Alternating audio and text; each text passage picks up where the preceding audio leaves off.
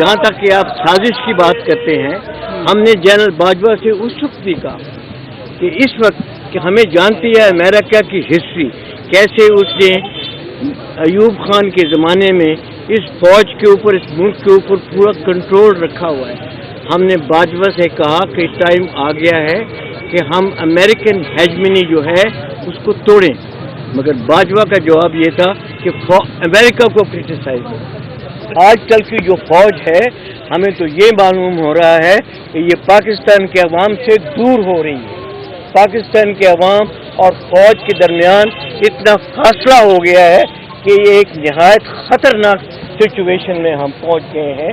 General Bajwa کے زمانے میں ہمیں جی ایچ کیو بلایا گیا تھا اور جی ایچ کیو میں ہماری بڑی لمبی میٹنگ ہوئی۔ اس لمبی میٹنگ کے متعلق تو میں اتنا نہیں کہنا چاہتا، بٹ وہاں پر اس میٹنگ میں انہوں نے صرف بار بار ہمیں ایک ریکویسٹ کی کہ جی آپ تھوڑی دیر ٹھہر جائیں، حالات ٹھیک ہو جائیں گے۔ ہم نے صبر کیا۔ اس کے بعد جب باجوہ ریٹائر ہو گیا اور جنرل عاصم منیر نے نئی کمانڈ سنبھالی تو ہمارا خیال تھا کہ اس کو ہمیں موقع دینا چاہیے تاکہ جو پالیسی جنرل عاصم منیر بناتا ہے اس ملک کے لیے، وہ اس ملک کے لیے اچھی ہے یا نہیں ہے۔ ہم نے اتنے مہینے انتظار کیا۔ اس کے بعد ہم نے ان کو ایک خط لکھا، جس خط میں ہم نے ان سے یہ درخواست کی کہ ملک کے حالات اتنے سنگین ہوتے جا رہے ہیں، ہمیں موقع دیں، ہم آپ کے ساتھ مل کے بیٹھ کے اپنا نظریہ آپ کے سامنے پیش کریں، آپ اپنا نظریہ ہمیں بتائیں۔ مگر جنرل عاصم منیر نے بالکل پرواہ بھی نہیں کی کہ انہوں نے اس خط کا جواب نہیں دیا۔ اب تھوڑے دن ہوئے ہیں کہ ہمارے 2-3 retired senior general Asim Munir سے ملے کسی سندھ ریجمنٹ کے فنکشن میں۔ وہاں پر جب انہوں نے ملک کی حالات کے متعلق ان سے بات کی تو عاصم منیر کا جواب یہ تھا کہ آپ اس فوج کو نہیں جانتے، یہ نئی فوج ہے۔ بالکل درست انہوں نے کہا۔ ہم نے تو وہ فوج جانتے ہیں جس نے پاکستان بنتے ہوئے اپنے جذبے کے ساتھ کام کیا اور اسی جذبے کے ساتھ فوج کام کرتی رہی۔ آج کل کی جو فوج ہے، ہمیں تو یہ معلوم ہو رہا ہے کہ یہ پاکستان کے عوام سے دور ہو رہی ہے۔ پاکستان کے عوام اور فوج کے درمیان اتنا فاصلہ ہو گیا ہے کہ یہ ایک نہایت خطرناک سچویشن میں ہم پہنچ گئے ہیں۔ And the earlier we remove this the better it is for Pakistan. اس کے علاوہ 2-3 اور چیزیں جو ہیں وہ ہم سمجھتے ہیں بہت ضروری ہیں۔ عمران خان نے تو جب اس کی حکومت ڈسمس ہوئی تو اس نے کہا کہ یہ سازش ہے۔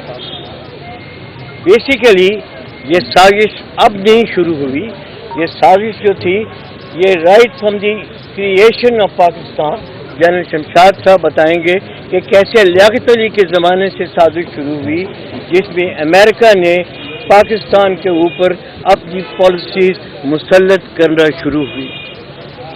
اس کے بعد ایوب خان نے اس جو تھی امریکن ہیجمنی اس کو اتنا مضبوط کیا کہ اس زمانے سے لے کر آج تک جو بھی پالیسیز پاکستان میں بنتی ہیں یہ امریکہ کی مرضی سے بنتی ہیں، ان کی خواہش سے بنتی ہیں۔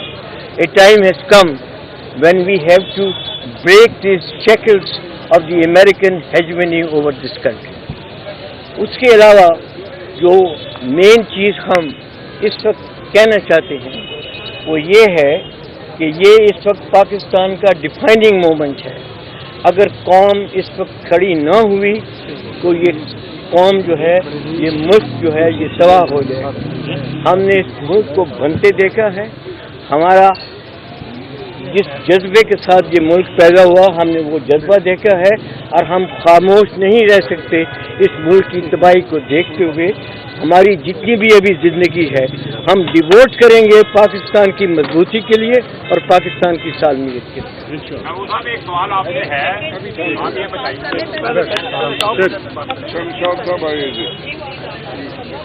بسم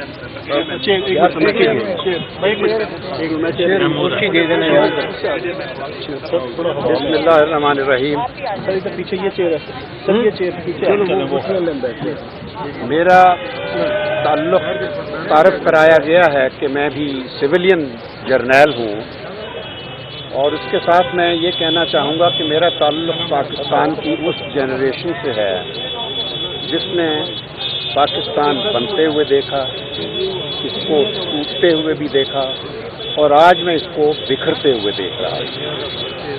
اور جس قسم کے حالات ہیں، مجھے آج واقعی وہ وقت یاد آ رہے ہیں جب 1947 کا وقت، جب ہم ہندوستان سے لاکھوں کروڑوں مہاجرین کے طور پر اپنی ہزاروں سال پرانی شناخت اور اپنی پرانی جائیدادیں، گھر بار سب کچھ چھوڑ کر ہم قائد اعظم کے پاکستان آئے تھے. اور میں 75 سالوں میں نے اس پاکستان کی بہت خدمت کی ہے، لیکن میں اس دن سے پہلے دن سے ہی اس پاکستان کی تلاش میں ہوں جس کا تصور علامہ اقبال نے برصغیر کے مسلمانوں کے لیے ایک خود مختار خوددار شخصیت کے کیا کہتے ہیں قومیت کا شعور جس نے پیدا کیا تھا، اور جس کے تصور کے ساتھ قائد اعظم نے برصغیر کے مسلمانوں کو ایک خوددار، خود مختار اور جمہوری مملکت کا خواب جو تھا وہ حقیقت میں بدلا تھا. کیونکہ 1946 میں جس وقت پاکستان کی باتیں ہو رہی تھیں، آج میں آپ ینگر جنریشن ہے ان کو یاد کرانا چاہتا ہوں، اکثر کو نہیں معلوم کہ 1946 میں ایک عبوری حکومت بنی تھی، انگریزوں نے بنائی. اس میں پنڈت نہرو جو تھے وہ وزیر خارجہ تھے اس وقت، اور انہوں نے بطور وزیر خارجہ ستمبر 1946 میں ایک بات کہی تھی اور کہا تھا کہ اب جو باتیں ہو رہی ہیں نئی مملکت کے بنانے کی، میں آج یہ لکھ کر دیتا ہوں، اس نے کہا کہ کوئی آزاد مملکت نہیں ہوگی، یہ صرف ایک کلچرلی اٹونومس اینٹیز ہوں گی جو کوئی آئیں گی وجود میں انڈین اوشن کے وقت. کیونکہ اس نے کہا کیونکہ اب دنیا میں صرف 4 بڑی طاقتیں ہوں گی، گریٹ پاورز اس نے کہا تھا. پہلی امریکہ، دوسری روس، اور تیسری چین، جو کہ چین ابھی آزاد نہیں ہوا تھا، لیکن نہرو کو اتنی سمجھ تھی کہ چین ایک بڑی طاقت بنے گا. اور چوتھا اس نے کہا تھا ہندوستان، کیونکہ انگلینڈ کا نام نہیں لیا کیونکہ اس کو احساس تھا کہ ہندوستان کے بغیر انگلینڈ کبھی بڑی ریاست نہیں رہے گا. اور آپ نے دیکھ لیا کہ آج انگلینڈ کا وزیر اعظم ہندوستان کا ہی ہندوستانی جا کر وزیر اعظم بن گیا ہے. یعنی انگلینڈ اب گریٹ پاورز میں شامل نہیں ہے، ہندوستان تیزی سے گریٹ پاور کے طور پر اس اپنی منزل کی طرف بڑھ رہا ہے. اور ہم کیا ہیں؟ ہم جو نہرو نے کہا تھا کہ یہ ایک صرف کلچرلی اٹونومس اینٹی ہوگی، بس کوئی اس کی سوورن انڈیپینڈنس نہیں ہوگی، آزاد نہیں ہوگا. نہرو نے کچھ بھی نہیں کیا، انڈیا نے کچھ نہیں کیا. انڈیا نے توڑا ضرور تھا پاکستان کو، لیکن اس وقت ایک سیاستدان نے توڑا تھا، ایک ذوالفقار علی بھٹو تھا جس نے ایک پاگل جرنیل کو جو راتوں کو سوتا نہیں تھا اس کو آگے لگا کر فوج کو 75 ملین عوام کے خلاف لایا. اس وقت ایسٹ پاکستان کے 75 ملین پاکستانی تھے، ان کے خلاف فوج کو کھڑا کیا 30,000. تو نتیجہ ہوا وہ ملٹری ڈبیکل جس سے ہمارا آدھا ملک کٹ گیا. تو میں کہنا یہ چاہتا ہوں کہ آج پھر وہی سچویشن ہے، آج اسی طرح وہ اسی قسم کا سیاستدان میدان میں آ گئے ہیں جو بھٹو کی نسل کے تھے. وہ زرداری ہے، بھٹو کہا جاتا ہے زندہ ہے، اور دوسری طرف شریف خاندان ہے. انہوں نے اپنے خزانے اس ملک کو لوٹ کر باہر بھر لیے ہیں. ان کا اس ملک میں کوئی نہیں ہے، علاج تک یہ اپنا باہر کرواتے ہیں.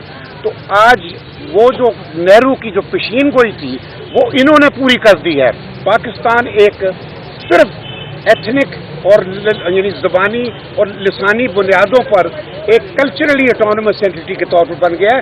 ہماری جو سوورن انڈیپینڈنس تھی وہ امریکہ کے حوالے کر دیا انہوں نے، اور کرنے والا وہ فوجی جرنیل تھا جو اب چلا گیا ہے.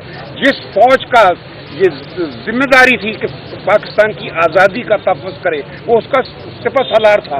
تو وہ جو ایک آدمی جس نے پوری فوج کو کے نام کو استعمال کر کے یہ غلطی کی ہے، اب وقت آ گیا ہے قوم اس بات کا احساس کرے کہ کسی ایک شخص کو یہ حق نہیں پہنچتا کہ وہ ملک کی قسمت کے فیصلے کرے.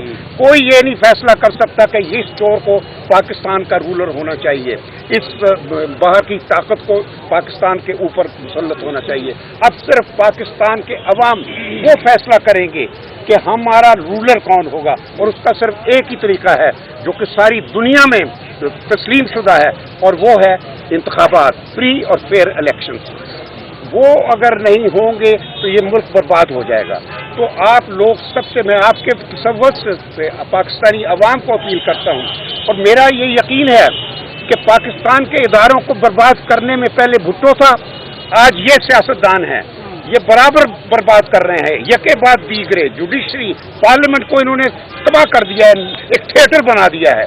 ٹھیک ہے جی, تو فوج کا ستیہ ناش کر دیا ہے, فوج کو انہوں نے پولیس بنا دیا ہے, فوج کے چیف کو IG پولیس بنا دیا ہے. تو ہمیں ان سب باتوں کو درست کرنا ہے.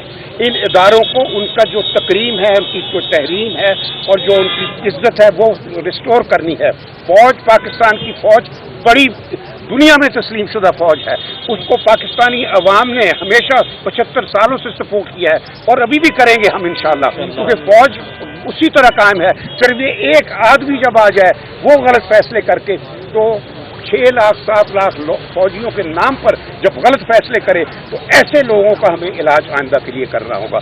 اسی طرح جوڈیشری اور جو باقی رہا یہ جو ہے کیا پارلیمنٹ, یہ سب ان چیزوں کو درست کرنے کے لیے صرف ایک انتخابات کا طریقہ ہے. بس میں یہی کہنا چاہتا ہوں.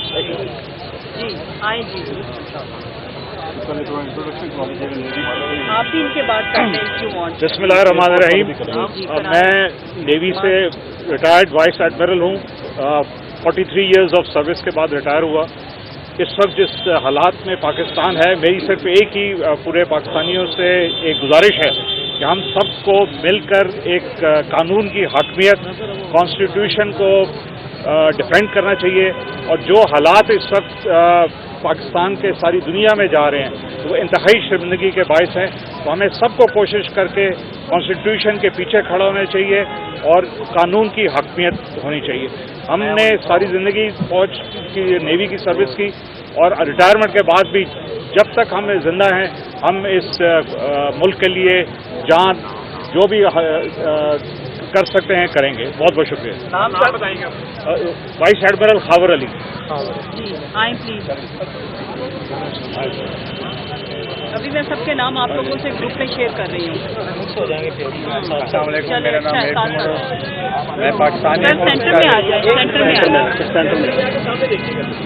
پاکستان ایئر فورس کے ریٹائرڈ افسر ہوں, ایئر کمانڈو خالد چیمہ.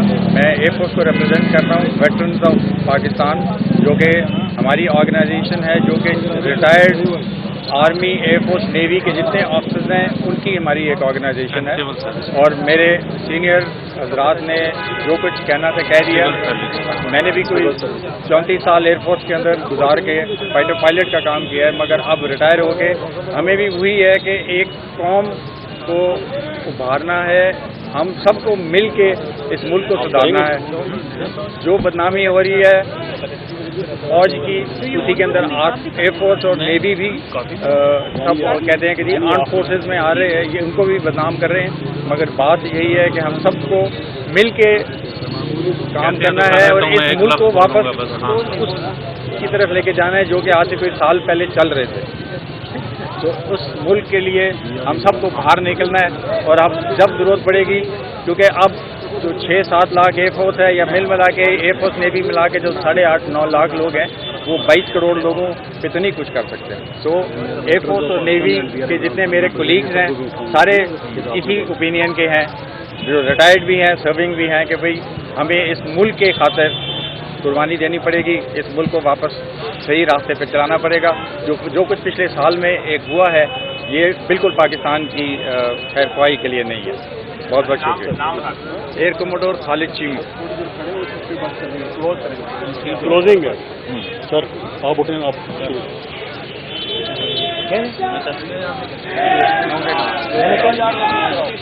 یہ ایک چیز جو جنرل علی کلی صاحب کے ذہن میں تھی, میں اس کی بات کرنا چاہتا ہوں کہ ہم نے جب مشرف کے خلاف موومنٹ شروع ہوئی تھی